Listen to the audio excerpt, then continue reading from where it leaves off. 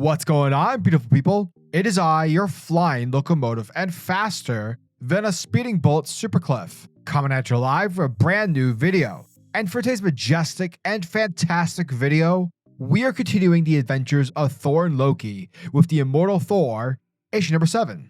Before we dive into the fantastical elements of Norse mythology and the trials and tribulations of two brothers, And you better bet your bottom dollar that these two brothers know how to handle business. In Alien Invasion Tomato Monster Mexican Armada brothers, who are just regular brothers. If you are new to the channel, then smash that like and subscribe button. That way you guys never miss out on anything that happens on this majestic channel.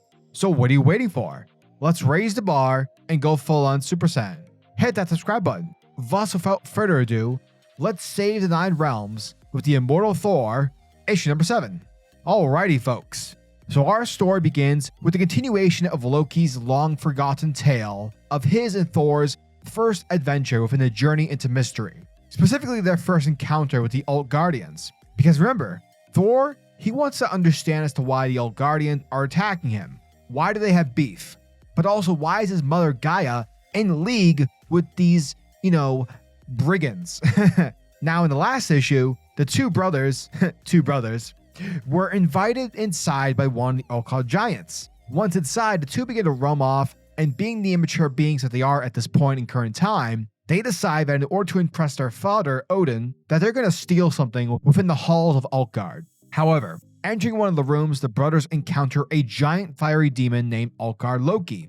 And from there, the Utgard basically gives the two brothers 3 trials to complete. For these 3 trials will set in motion the fate of the worlds.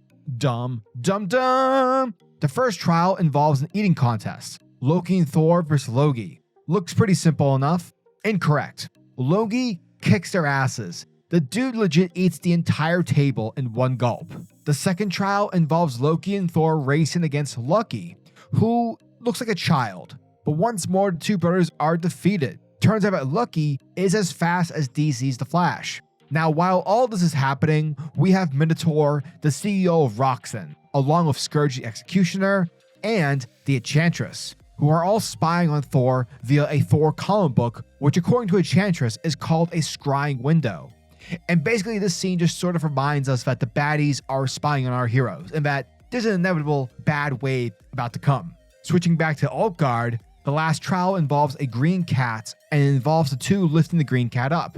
Now Thor's like, dude, I got this. However, it turns out that the cat is much more heavier than it looks. It quickly turns into a huge, giant cat monster, and it's about to eat Thor. However, what we learn, people, is that all these trials were mere illusions. For starters, there was no friendly giant that Thor used to split his axe with, and he instead cut a mountain in half. And in terms of the cat, it was actually the Midgard serpent. This entire thing has been a charade. And with that, we are taken to the present, where current Loki finishes his tale.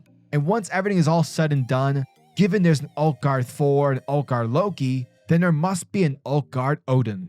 And that, folks, was the end of the Immortal Thor, issue number 7. And thank you guys for checking out my video, as it truly means the world to me. Alright, listen here, folks. What the fuck was this? First things first, I'm still going to be reading the series because I am invested with what's going on, but this side quest was so stupid. I understand what Ewing was trying to do, basically say that, time and time again, stories that are told throughout the years, well, parts of those stories always get misconstrued to the point where the truth of that original story has been replaced by something completely different. Meaning here is that the Asgardians, Thor, Loki, and Odin, they're not the original Norse gods. They're not the original bearers of Norse mythology. It's sort of like in Greek mythology, where you had Zeus, Poseidon, and Hades, but the precursor were the Titans, like Kronos and Gaia, except less known. However, despite Ewing trying to meta-contextualize stories within Marvel Comics, at the end of the day, we don't learn anything as to why Gaia is in league with the Utgardians. Therefore, the question is asked, what the fuck is happening?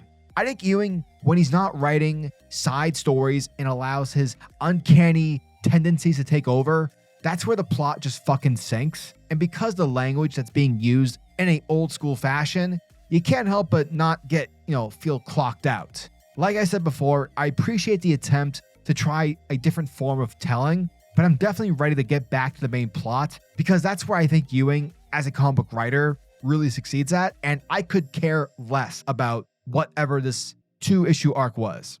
So yeah, as always, I'm a majestic sayer over at SuperCliff, and if you guys are new to the channel, then do me a solid by smashing that like and subscribe button, and also the notification bell so you'll never miss out on an upload, and so you'll always be kept up to date with your favorite top tier comics happening in the comic book world. Now tell me, what are your thoughts and opinions on this issue? Are you guys excited for issue number 8? Let me know down in the comment section below. And until the next video, peace. Giggity goo.